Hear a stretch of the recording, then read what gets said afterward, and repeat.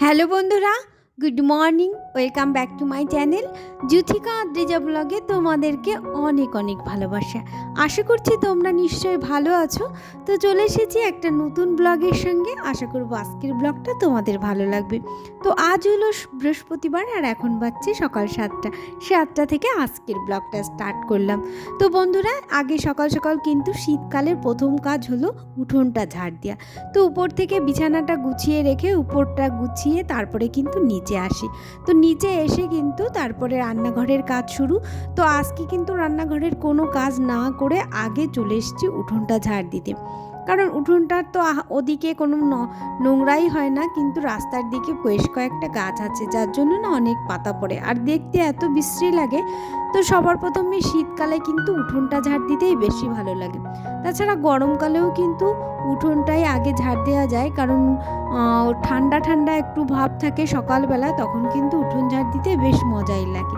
আর শীতকালে কিন্তু উঠোন ঝাড়টা আগে দিলে মানে গাটা গরম হয়, কাজের কিন্তু এনার্জি বেড়ে যায়, শীতটা কিন্তু অনেক কমে যায়। দেখো, উঠোন ঝাড় দিতে যেতে প্রথমে যতটা কুয়াশা ছিল না, পরে আরও কুয়াশা বেড়ে গেল। তো মানে কুয়াশা, শীতের কুয়াশা না আমার কাছে বেশ দারুণ লাগে। কেমন একটা শীত প্রধান দেশের মতো লাগে, মনে হয় যেন আমরা শীতের রাজ্যে বাস করি এমন লাগে। তো আমরা দার্জিলিং গেছিলাম, তো এরকম আবহাওয়া না, তো আমার তখনই এরকম মনে পড়ে যায় যে শীতকালের ওই দার্জিলিংয়ের আবহাওয়ার মতো। তো যাই হোক, ঝাড়ঝোড় কমপ্লিট। আর এদিকে আমার হাজব্যান্ড আর আমার দেওর এই যে বাঁশ ফ্রাই করছে। একটা বাঁশ কিনেছি আমরা, এটা ফ্রাই করা হচ্ছে। এটা দিয়ে না একটা মাচা বানানো হবে, যেটাতে আমাদের যে উচ্ছে গাছ, তারপরে কুমড়ো গাছ, এগুলো উঠিয়ে দেওয়া হবে।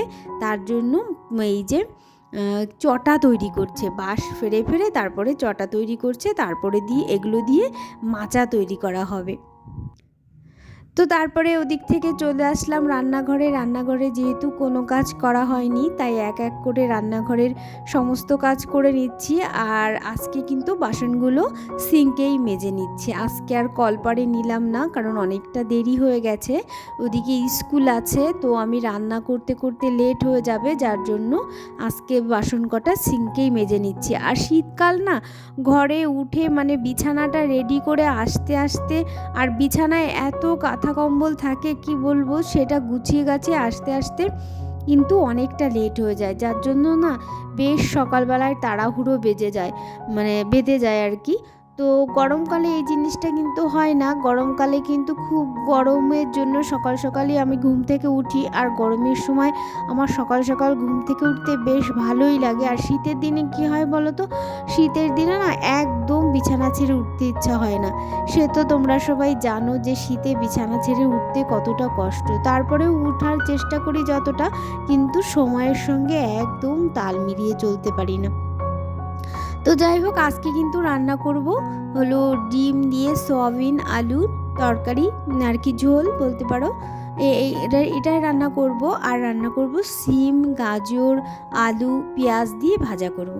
তো ভাতটা বসিয়ে দিলাম, মানে জলটা গরম হয়ে গেল, আর ভাতটা বসিয়ে দিয়ে তারপরে কিন্তু যেহেতু সিম, আলু আর সয়াবিনের একটা মানে কষা কষা ঝোল করব, তার জন্য না একটু ধনিয়া পাতা লাগবে। তো আগে থেকে ভাতটা বসিয়ে দিয়েছি। তো তারপরে এদিকে চলে এসেছি একটু ধনিয়া পাতা নিতে আমার সবজি খেতে। আর আমার সবজি খেতে যে কি সুন্দর ধনিয়া গাছ হয়েছে, এই দেখো, যেমন মেথি শাক হয়েছে তেমন কিন্তু সুন্দর ধনিয়া গাছ হয়েছে। তো অনেক দিন ধরেই কিন্তু এখান থেকে ধনিয়া গাছ খাচ্ছি, আর এত ঘন হয়ে গেছে, তার জন্য আমি কি করি, যেখানে যেখানে বেশি ঘন সেখান থেকে কিছু গাছ তুলে ফেলি, তাহলে একটু হালকা হলে না আরও বেশ ভালো হবে, গাছগুলো মোটা মোটা হবে, পাতাগুলো বেশ সুন্দর হবে। তো কিছুটা ধনিয়া পাতা নিয়ে ওদিকে রান্না কিন্তু বসিয়ে এসেছি, আর এদিকে সবজি ক্ষেত থেকে কিছুটা ধনিয়া পাতা নিয়ে চললাম আবার রান্নাঘরের দিকে। তো ভাতটা উতরে গেছে, তো ওটা ছোটো উনুনে বসিয়ে দিয়ে তার মধ্যে কিন্তু এই যে আলু, গাজর, সিম এগুলো কেটে নিয়েছি, আর এগুলো একসঙ্গে একটু কালো জিরে ফোড়ন দিয়েছি। আর তারপরে কিন্তু কিছুটা সময় ভাজা করে একটু পেঁয়াজ দিয়ে ভাজা করব, এটাও না খেতে বেশ দারুণ লাগে। আর দেখো, তিন কালারের সবজি একসঙ্গে ভাজা করলে কেমন একটা সুন্দর ফ্রাইড রাইসের কালার চলে আসে। তো আমার বেশ ভালো লাগে এরকম করে ভাজা খেতে, আর এভাবে কিন্তু ভাজা করলে বেশ টেস্টি লাগে, মানে আমাদের কাছে খুব ভালো লাগে। তো তারপরে এই যে সোয়াবিন আলুটা একটু ভেজে নিচ্ছি, এটাই রান্না করব কষা কষা করে। এভাবে সোয়াবিন আলু দিয়ে কিন্তু ডিমের তরকারিটা খেতে বেশ ভালোই লাগে।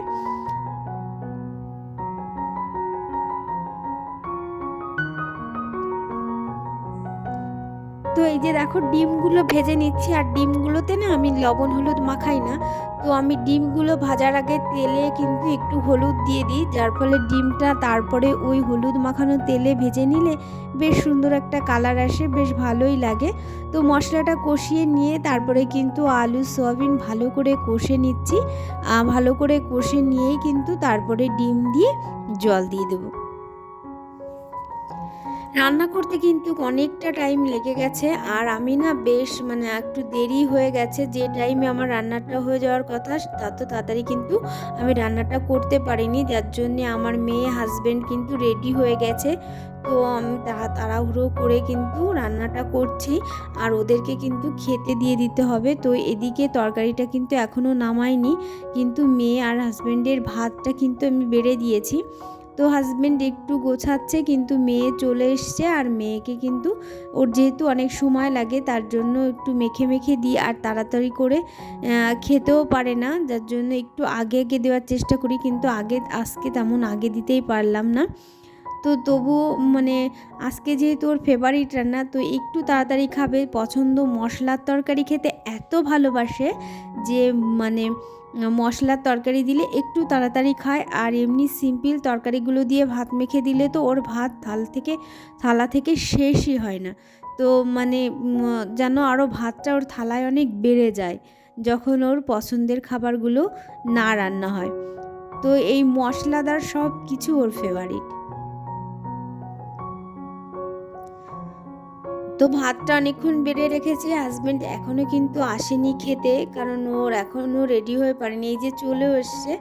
তো ও কিন্তু মেয়ের অনেক আগেই খেয়ে নেবে, কারণ অনেক তাড়াহুড়ো করে খায়, আর এত দেরি বেঁধে যায় যে স্কুল থাকলে না একটু ধীরে সুস্থে খেতেই পারে না, অনেক তাড়াহুড়ো করে খেয়েই কিন্তু স্কুলে যেতে হয়। তো ওদিকে ওরা খাচ্ছে, আর এদিকে আমি কিন্তু কাজ গোছাচ্ছি, আমার কিন্তু রান্নাঘরের কাজ শেষ হয়নি, আর ওদিকে কিন্তু ওদেরকে খেতে দিয়েছি। তো এবার গ্যাস টেবিল মুছে নেব, আর ওরা স্কুলে বেরোনোর পরেই কিন্তু আমি খাওয়া দাওয়া করব। তো সিঙ্কে যতগুলো বাসন আবার জমেছিল রান্নার পর সব কিছু ধুয়ে নিয়েছি, আর সব কিছু ধোয়ার পরে আবার কিন্তু একটু গোছগাছের পালা থাকে। আর এই যে আমার এই যে এই র্যাকটাতে কিন্তু আমি মানে সচরাচর প্রতিদিন নিয়ত যে কাপগুলো ব্যবহার করি ওগুলো রাখি, আর এইটায় যে বাসন রাখা র্যাক এটাতেও কিন্তু আমি সবসময় ব্যবহার করা বাসনগুলোই রাখি, আর বাদবাকি বাসনগুলো কিন্তু আমি বক্সের মধ্যে রেখে দিই, নাহলে শুধু শুধু ধুলো পড়বে। ওর জন্য কিন্তু আমি ওই বাসন রাখার র্যাকে বেশি বাসন রাখি না। তো যাই হোক, ওরা রেডি হয়ে গেছে, আর পাশের বাড়ির আরেকটা বাচ্চা আমার মেয়ের স্কুলে পড়ে, তো ওরা একই সঙ্গে যায়, আমার হাজব্যান্ডের সঙ্গেই যায়। তো এই যে ওরা বেরিয়ে গেল, আর এখন কিন্তু আমি খাওয়া দাওয়াটা করে নেব, তারপরে কিন্তু প্রচুর কাজ রয়েছে। তো রান্নাঘরটা না আজকে ভিজে ভিজে উঠছে, মেঘলা মেঘলা আবহাওয়া, তো রোদ ওঠেনি, ওর জন্যে কিন্তু ঘরগুলো না ঘেমে ঘেমে ভিজে যাচ্ছে, কিংবা কুয়াশাটা এসে মানে আর কি ঘেমে যাচ্ছে। তো একটু শুকনো শুকনো করে রান্নাঘরটা মুছে নিলাম। আমার খাওয়ার পরেই কিন্তু টেবিলটা মুছে তারপরে কিন্তু রান্নাঘরটা মুছে নিয়েছি। তারপরে এই যে ধীরে সুস্থে চলে আসলাম উপরের ঘরগুলো না, বেডরুমগুলো একটু সুন্দর করে ক্লিন করব আজকে, কারণ অনেক দিন যাবৎ ঘর মোছা হচ্ছে না, আর যদিও ঘর মোছা হচ্ছে তো আমি কিন্তু ডান্ডাগুলো দিয়ে ঘর মুছছি, মানে লাঠির সাহায্যে যে। তো আজকে কিন্তু আমি একটু হাত দিয়ে ঘরগুলো মুছে নেব, কারণ অনেক কোনাকুনি খাটের তলা এগুলো কিন্তু মানে ডান্ডা দিয়ে সঠিকভাবে পরিষ্কার করা হয় না, কোনাকুনিগুলোতে কিন্তু মোছা সম্ভব হয় না, তার জন্য না আজকে আমি বালতিতে আর নাতা দিয়ে তারপরে হাতে করে সুন্দর করে ঘরগুলো মানে দুটো বেডরুম মুছে নেব। আর হলঘরটা আজকে আর মুছবো না, কারণ একই সঙ্গে কিন্তু সব কিছু সব নাতা দিয়ে আস্তে আস্তে ভালো করে শ্যাম্পু দিয়ে মুছতে অনেকটা টাইম লেগে যাবে। তার জন্য কিন্তু এত বড় ঘর একসঙ্গে মুছলে আমার অনেকটা টাইম লেগে যাবে আর অনেক কষ্টও হবে। তার জন্য কিন্তু আজকে আমি বেডরুম দুটো মুছবো, আর এর পরে যেদিন মুছবো সেদিন হলঘরটা আবার মুছে নেব। আর হলঘরে যেহেতু অনেক পাপোশ আছে, সেগুলো সব কিছু কিন্তু রোদে দিয়ে তারপরে হলঘরটা ঝেড়ে ঝুড়ে মুছতে হবে। আর আজকে যেহেতু রোদও ওঠেনি, তার জন্য কোনোভাবেই হলঘরটা আজকে মুছবো না। আর এই যে শোকেস, তারপরে এই যে টিভির সামনে যে র্যাকগুলো আছে, এতে যে জিনিসগুলো আছে না, এতে না কয়েকদিন বাদে বাদে এভাবে ঝেড়ে নিতে হয়, এতে এত পরিমাণে ধুলো পড়ে কি বলবো। আর এই যে ঝাড়ুটা দিয়ে এগুলো মুছলাম, এই ঝাড়ুগুলো দিয়ে এই ধুলোগুলো পরিষ্কার করতে না খুবই সুবিধা হয়, খুবই সুবিধা কি বলবো, খুবই ভালো।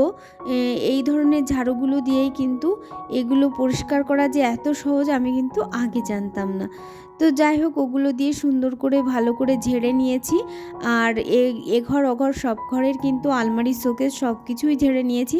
তারপরে এই যে নাতা দিয়ে বালতিতে জল শ্যাম্পু গুলিয়ে তারপরে কিন্তু ঘরগুলো একটু আস্তে আস্তে করে সুন্দর করে মুছে নেব।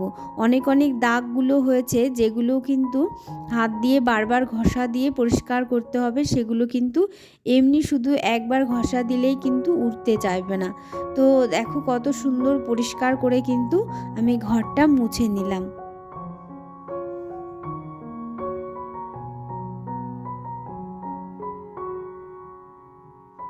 তো ও ঘরটা তো মুছে নিয়েছি, আর এই ঘরটাও কিন্তু মুছে নিলাম। আর এই ঘরে কিন্তু বক্স খাট, যার জন্য খাটের নিচে কিন্তু মোছা সম্ভব নয়, কিন্তু তবুও আমি ঝাঁটা দিয়ে বক্সের নিচে থেকে অনেক ঝুল বের করেছি।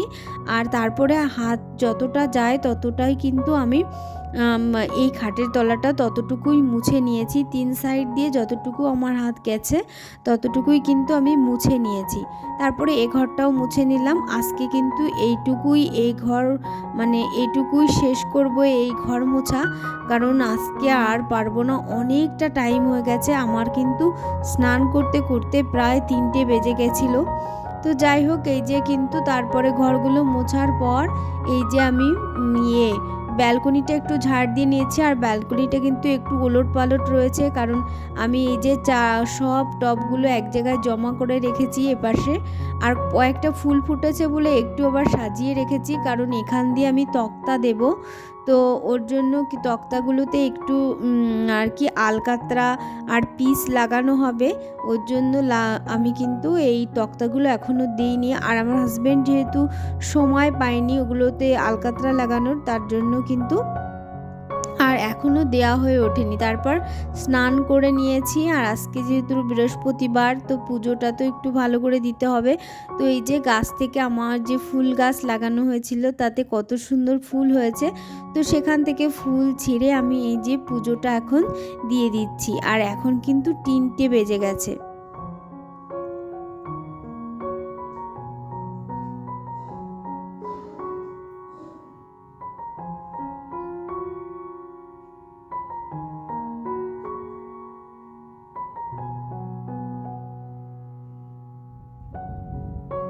তো পুজো দেওয়া হয়ে গেছে। আর এখন এই যে বিকেল 4টে বাজে, আমার হাজব্যান্ড স্কুলে আজকে একটু কম কাজ ছিল, কদিন খুব কাজ হয়েছে, তো ওর জন্য একটু তাড়াতাড়ি চলে এসছে। আর এই যে দেখো আলকাতরা আর পিচ একটা ইটের উনুন বানিয়ে এই যে গরম করে নিচ্ছে। যে কাঠগুলো ছাদের উপর দেওয়া হবে ফুলের টব রাখার জন্য, সেই টবগুলোতে এই যে আলকাতরা আর কিন্তু পিচ এই যে আগুনে আর কি গরম করে গলিয়ে তারপরে কিন্তু এই যে লাগানো হচ্ছে। দেখো কিভাবে এই টব কাঠগুলোতে আলকাতরা লাগাচ্ছে, এগুলো তাহলে বৃষ্টি পেলেও কিন্তু তাড়াতাড়ি নষ্ট হবে না। তো এই যে এগুলো লাগানো হয়ে গেছে। তো বন্ধুরা, আজকের ব্লগটা এখানে শেষ করলাম। যদি ভালো লাগে অবশ্যই লাইক কমেন্ট করতে ভুলো না। তো টাটা।